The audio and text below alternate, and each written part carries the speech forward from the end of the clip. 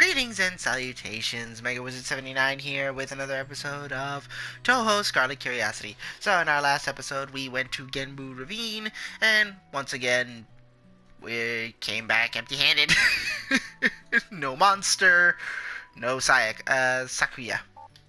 So we're going to be heading to the human village and possibly see if maybe she's there.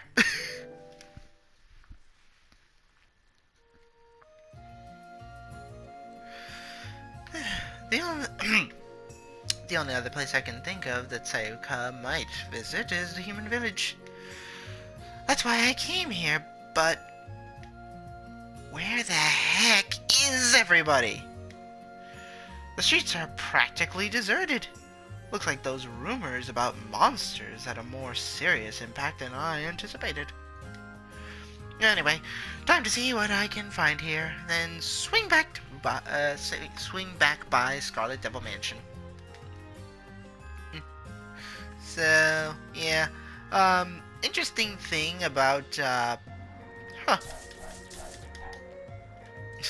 So, yeah, interesting thing about humans in, basically, in Gensokyo, humans and yokai are basically, enemies, so to speak. Like, basically it is it's a fundamental rule, pretty much, that, pretty much like anything that's not, human is pretty much not to be, trusted or reasoned with or bargained with or anything like that.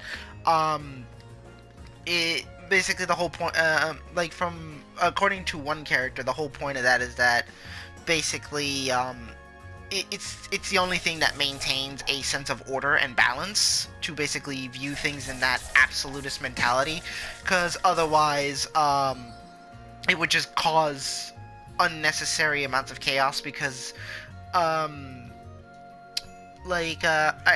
let's say, for example, you know, it's sort of like how, it's sort of like how basically, you know, on principle, you know, we humans don't really consider, animals to have, well, thought processes or anything. Because the moment we start to think that they can think and all that, you know, for themselves, the moment we, I guess I just jump up. Okay, there we go. But, yeah, but the moment, you know, we start seeing things in that light, the moment, things just become more convoluted, so to speak. Because of the simple and obvious fact that, you know, if we start, viewing things in that manner, we basically then have to start to, you know, apply our rules to, you know, those, basically to those people as well. You know, case in point, like, basically, you know, we use animals, like, for labor, and we don't really pay them or anything like that, you know, apart from the fact of just providing them food and shelter and whatnot.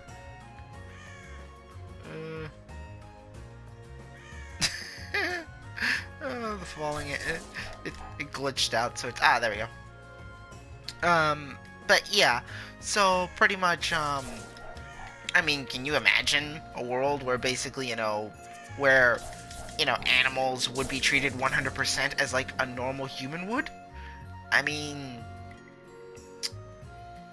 what do you call it? I mean, like, I'm not biased towards it, but at the same time, it would just be so weird, and then society as a whole would just have such a hard time trying to, you know, quantify this. So it's just basically easier to see animals as lesser organisms that deserve a measure of respect, but not to the same aspect of a human. You know, like, essentially, you know, at the end of the day, an animal life will never be equivalent to a human life. That's just a fact. That's just how we're, you know, that's just how that's just how it is and always will be.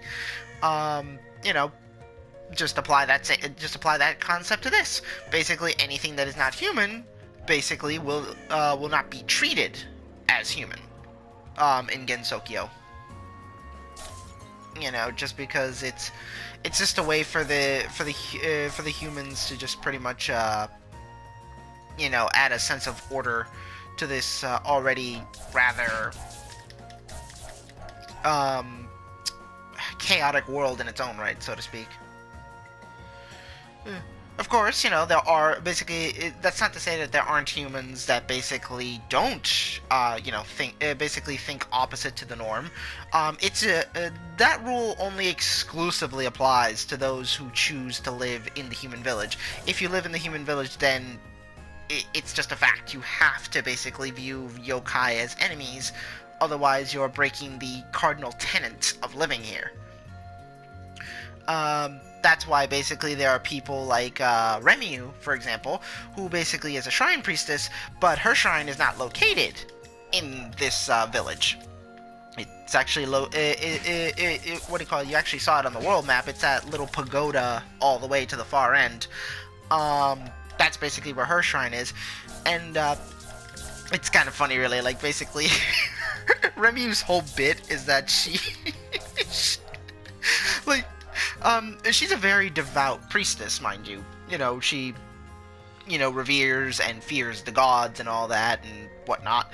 At the same time, though, basically, she's always worried about her finances, just because of the fact that, well, people don't come and pray at her shrine.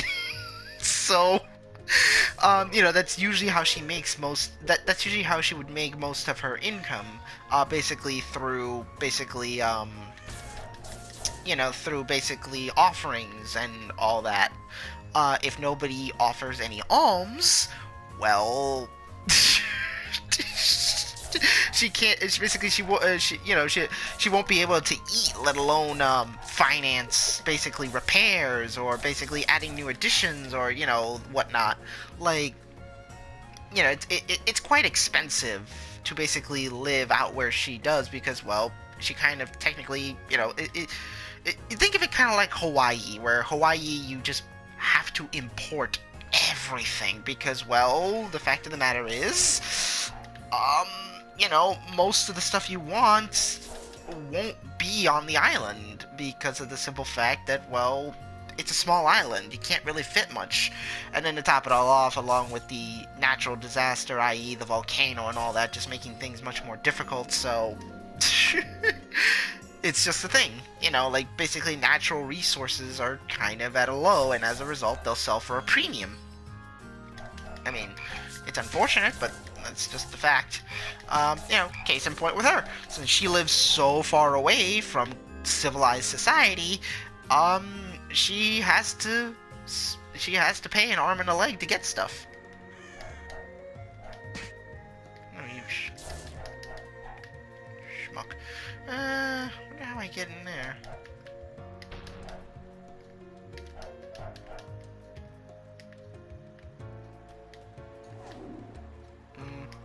That's not the way.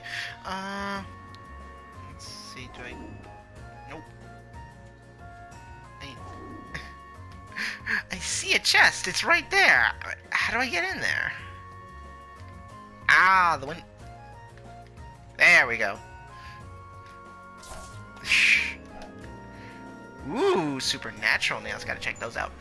But yeah, all in all, that's just kinda how it is in Gensokyo.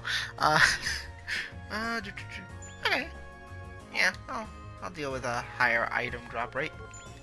But yeah, what's, I guess what I just find really fascinating overall is just the fact that, you know, in spite of, all these, like, really, you know, restricting rules and basically, narrow-mindedness, if you will, you know, things stay relatively, in balance, if you will. You know, for the most part, basically, as long as humans don't bother yokai, the yokai usually don't give them much thought. I mean, most of them just, I mean, case in point, the Bun Bun Maru newspaper. It is a yokai-run newspaper, because Aya is a Tengu, and Tengu are yokai, because yokai is kind of a catch-all word here.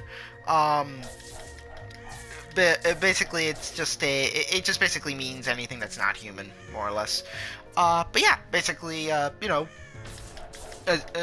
basically, the Bun Bun Maru. It's a yokai-run newspaper, and basically, it's printed, and basically, like, all the people who do it are basically yokai. What do you call it? Like, so yeah, for the most part, basically, yokai have their own little society, their own little rules and all that they follow. Um, what's really hilarious though is that basically there are people like for example, there's this monk from the Mayuran Temple. She basically is a worshiper of Buddha and all that. She's actually a very pious and devout follower of the way of Buddha, so much to the point that basically she's actually very easygoing, if you will, to the point where she basically the only time she'll ever really take up arms against you is if basically you're just doing something completely unjust, or more often than not you steal, because as she puts it, as she herself basically says, in Buddhism there is a law against theft, because, well, in Buddhism the whole point of it is that basically, you're meant to give up on material possessions to attain a sense of enlightenment, because if you start your possession, you basically, the tragic irony is that basically at the end of it all, your possessions own you, you don't own them. At least that's how Buddha sees it, more or less. So yeah. So basically the monk of the Mayuran Temple, she was human, like, and technically she still is, but the reason she's not seen as human is, well, for one, basically, she's insanely old, actually, despite the fact of how young she looks. The reason for this is that she was sealed away in a stone a long time ago, and as a result, well, being sealed away, she didn't end up aging. So, she basically maintained her youth and all that stuff. The thing, basically, that's one of the reasons she's basically seen as not human, just because of her super advanced age, despite of how young she looks. The other reason is that she's basically technically referred to as a sorcerer, and sorcerers in this world are not human. They are not seen as human anyway, because of the fact that they possess magical gifts and whatnot. For example, there is this witch who basically is one of the she's basically one of the primary main characters that usually the story follows. Her name's Marisa, I think that's how you pronounce it. Yeah, like, she lives in the magical forest, just a little bit out of the way here. The same forest where basically those trio of fairies that I spoke about live. What do you call it? Marisa's also friends with Remiu, the shrine priestess. And basically they both serve as, for the most part, they basically interact as well as serve as yokai exterminators. So usually, basically, if there's ever a problem in the human village, they basically come in and basically they investigate, and basically if they find out that a yokai was responsible, well, they do everything they can to eliminate the problem discreetly, hopefully without the humans finding out, because when the humans find out, they tend to panic. Case in point, because of the rule that, yokai are seen as humanity's enemies, no exceptions. Of course, so this basically makes their lives a little bit just more difficult, just because of the fact that, well, for humans to trust them, they have to basically appear to be like they don't tolerate yokai either. Otherwise, it just defeats the whole purpose, and, well, then they can't make a living out of it, because they do necessarily get paid for doing this. It is another form of income, especially for Remiu, who basically has no other form of income to speak of. Poor girl.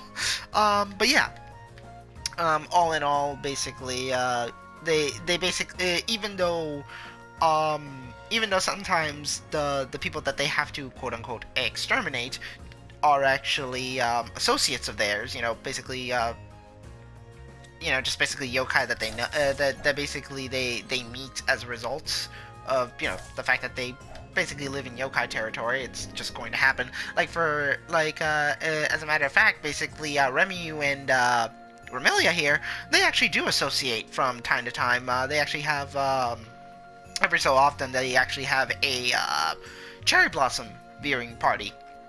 And basically Remu and a couple of their yokai friends and Maurice and Remilia, they basically just all hang out together and whatnot.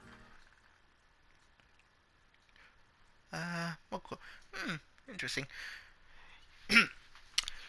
You there! You must be the diabolical culprit who spread all those rumors about monsters. Huh? What are you talking about? Oh, playing innocent, are we? But just take a look at this! Another of those newspapers. Oh, Crimson Mist conjuring merciless monsters. That's right. It says here that a red mist appears every time just before a monster shows up. Pretty suspicious if you ask me. Look at that. It's right there in the picture. What red mist? This is a black and white photograph. I haven't forgotten the red mist incident. Because of all that mist you released, the humans couldn't leave their homes for a day. Damn it. I haven't forgotten the red mist incident. Because of all that mist you released, the humans couldn't leave their homes for days. Bah. She's not listening at all. Okay, first of all, do I look like a giant monster you have to crane your neck up to see?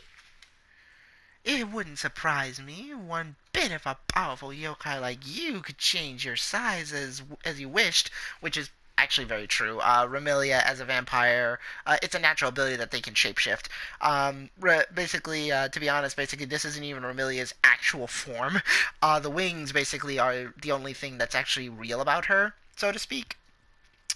Basically, even though she is very good at transforming, like she can transform into mist, she can transform into a swarm of bats, she can't completely, hide what she is. Like, her wings are always a dead giveaway, hence why she personally can't go into the human village. And if not you, I'm sure it would be a simple matter for that magician who lives with you. Also true. That truly is quite powerful. Well, yeah, I guess she could probably do something like that if she wanted to. But why would I even need to be a giant? I'm not the least bit interested in ruling in Tokyo. Maybe, but can you prove it? I think the evidence speaks for itself. Evidence? What evidence? Like all you're giving is circumstantial. Is circumstantial at best. I mean, yeah, she was involved. She was responsible for the Red Mist incident, but at the same time, I mean, you're just basing this on pure conjecture. Just look around. All the humans are terrified of you. They've locked themselves up in their houses. And now it's up to me to remove the source of their fear. Oh boy.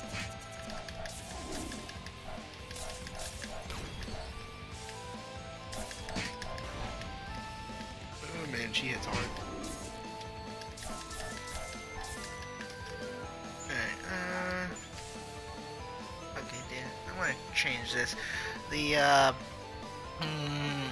I'll go with that.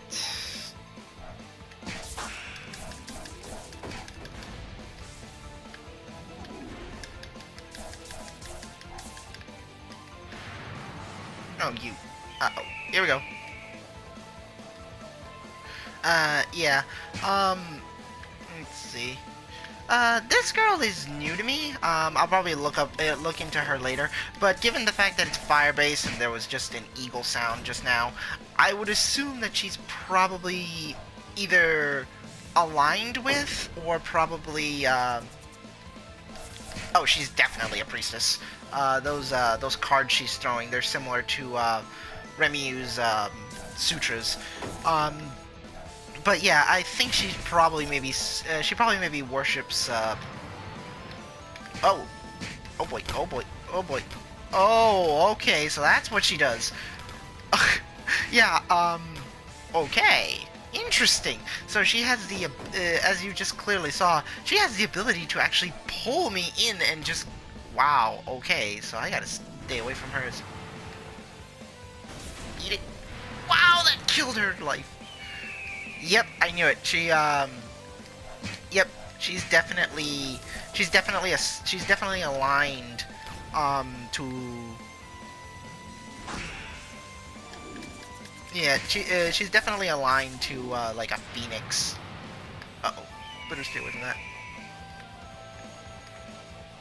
Just because of the, I mean, you know, the Firebird, the, fire itself. So, yeah, she must be. Oh, she beat me.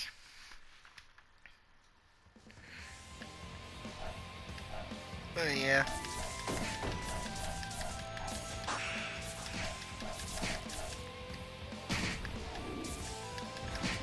Man, she hits hard. Let's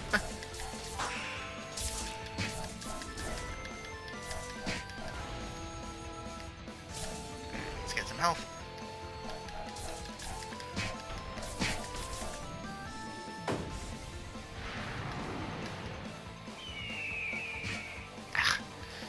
It also would help if I dodged better. I mean, this isn't really that hard. Okay.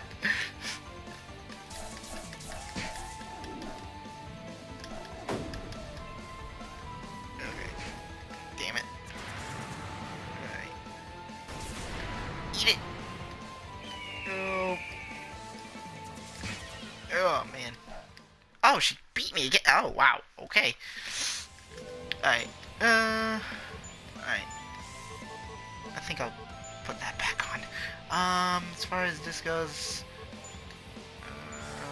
should I use Heartbreaker or maybe? I'll try the Giant Cross. So yeah, so this will give me the mobility I need. It doesn't really do that much damage, but it's better than nothing. Oh boy, yeah. And I remember to stay away from her when she does that. Oh man. Ah. I guess you can't. I guess you have to jump over that, not just dodge it. Alright. Oh boy. Yeah. This girl is definitely a priestess.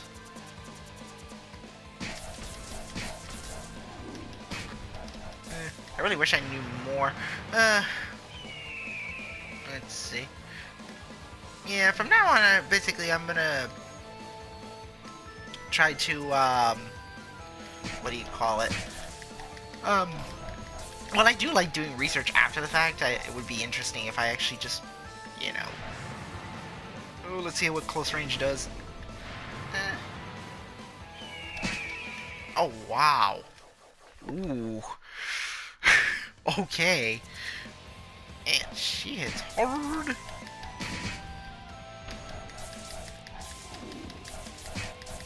Good thing you have, like, essentially infinite lives. That's not doing me any favors. Let's go back. Let's try this. Alright. Okay, that did better damage. Wow. Man, she is merciless. Alright. Oh, I didn't mean to do that, but...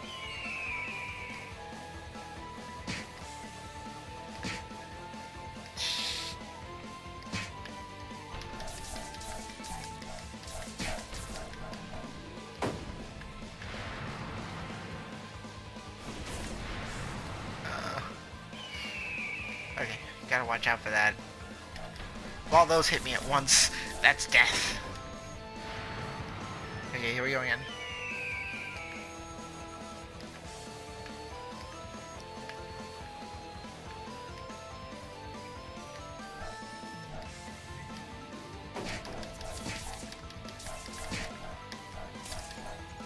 Heal me.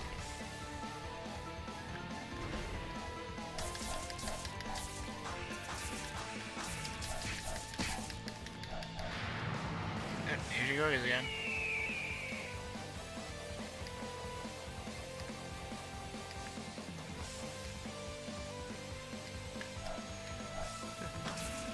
I have to say I do like the complexity of...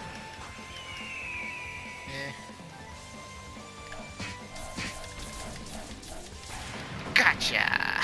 That was a very satisfying fight. I took too much of a beating. I'm not going to be able to move much until I fully recover. You're free to suspect me if you really think I'm behind this, but have you really considered all the evidence? I'm going to find the real mastermind and give them what they've got coming. So just sit tight. Justice will be served. I feel like this newspaper is implying some rather unsavory things about me. It looks like I'd better have a little chat with whoever wrote this. Uh-oh. Aya's in trouble.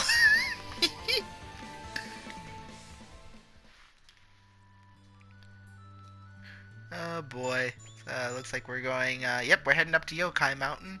Water of the Nine Heavens. Interesting. Alright, let's just, make a save real quick.